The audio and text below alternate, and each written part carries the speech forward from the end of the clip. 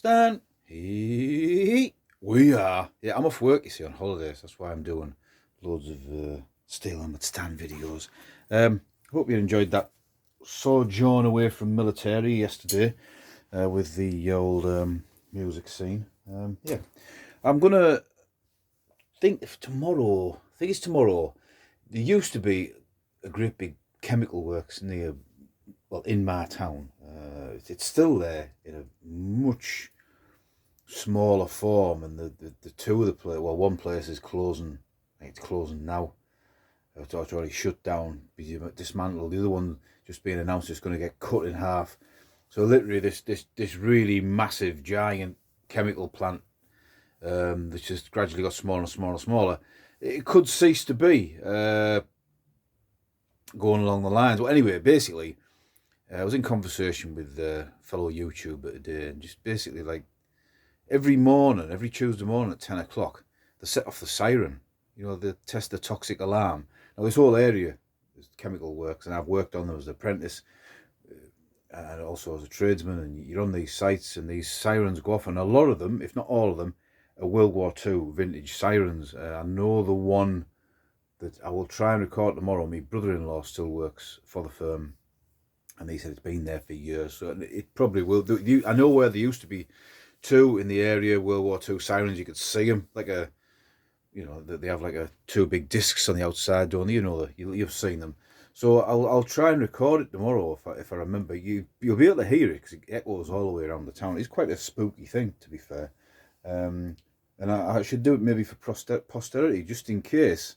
It's not going to take long before there's no toxic alarm needed, because there won't be any chemical works there. So yeah, if I can remember to do that, I'll do it. Stop talking crap as always.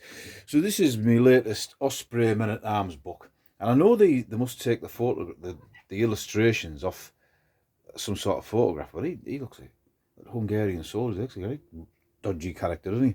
But that would be a challenging diorama impression to set up with a mannequin and a bike like that. You're probably easier to do a German one, to be honest. We'll have a quick flick through the book. I mean, these Osprey books, I think they're very Mannerheim. I think they're very good for a quick overview of wherever the subject is. And I've got probably about 15 of these now. Finnish troops, Finnish officers. And there's a Finnish. He's the Finnish Olympic athlete. His name is Esa Seist, 1941, and you can see he's got the Suma. Is it the Suma? Machine pistol, very much like the PPS H41, and a World War I style M1917 helmet.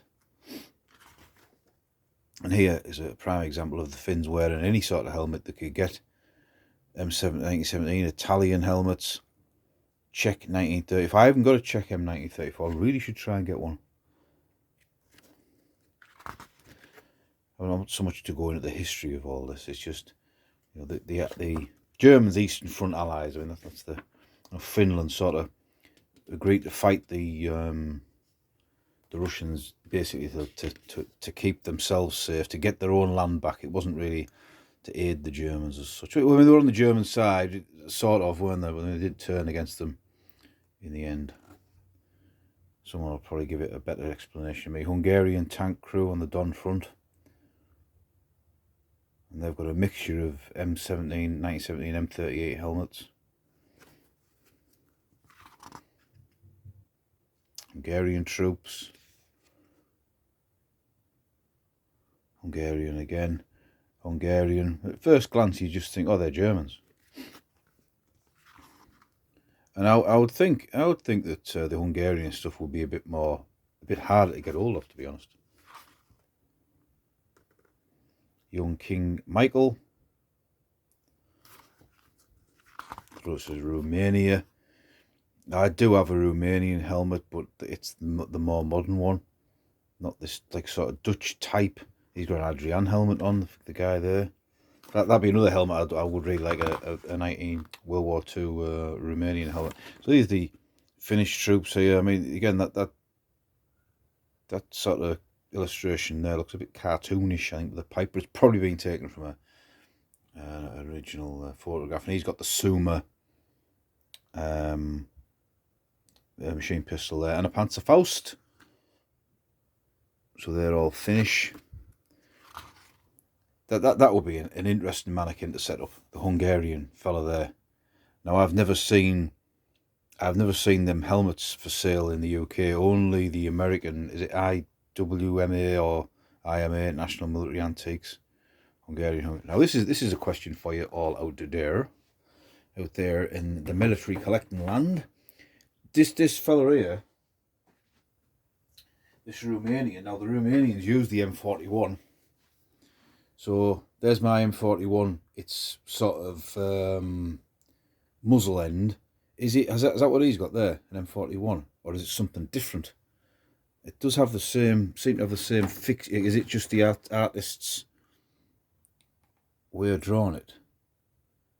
I don't know. It does look a bit skinny at that end. Has anyone any opinions on that? I don't know whether it is. At first glance, I thought, yeah, that's an M41, but I don't know if it is. Unsure of that one. But that's your Romanian there. There's a Czechoslovakian helmet I wouldn't mind. I have seen it for sale, but they often seem a bit more expensive than I want to pay. And your Hungarian trooper enjoying a bottle of whatever. And that is Italian. Finnish with their version of the swastika, I suppose you would call it, yeah. Again, that Romanian troop with whatever submachine gun that is.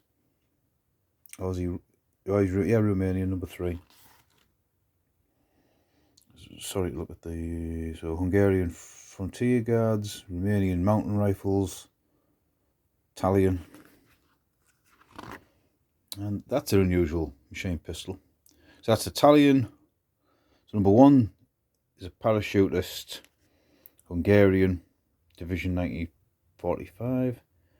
Romanian Guards, and the Italians, black shirts. So that's the Caracano carbine. That, I don't know what that is. I've never seen a machine pistol like that before, so I'm open to ideas. Slovaks.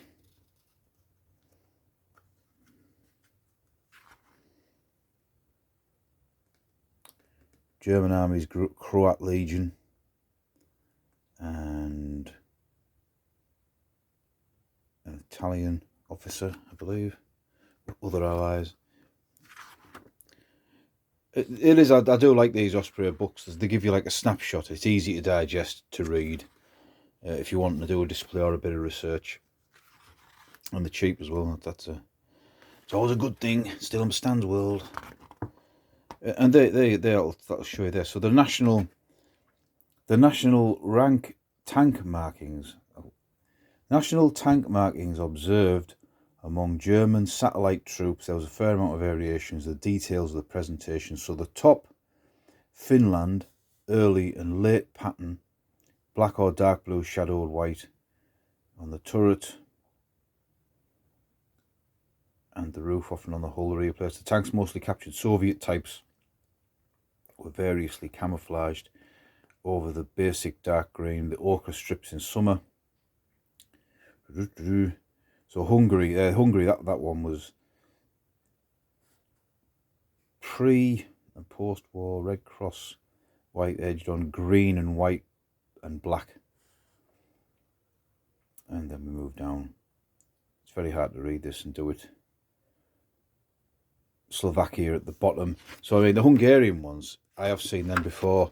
I think there's one of the photographs in here. They could have done with the plates. I always think the plates should be relevant to the page you're looking at. I'm probably not going to be able to find this, but there is a photograph in here with the Hungarians. I think, is that it there? Hungarian Ludwig Academy with their Asalando tankettes, the Italian tankettes. Note the Czech tank overalls and the special collar patches. The white edge cross was red. So that's the cross there. So there you go. Oh, we knew we'd get there in the end. I can drag a video out, can't I? Nearly 10 minutes just on that. I thought it was going to be a 2-minute one. So that's the Osprey, another Osprey book, highly recommended by Steel Helmet Stan, Germany's Eastern Front Allies. That'll go in the collection. I think I've got all 15. Have you noticed I've put the Malayan notes in with Major Bates Martin's collection now. So he was in the Far East after World War II. So there you go. That's it. That's Stan, and I'll see you later.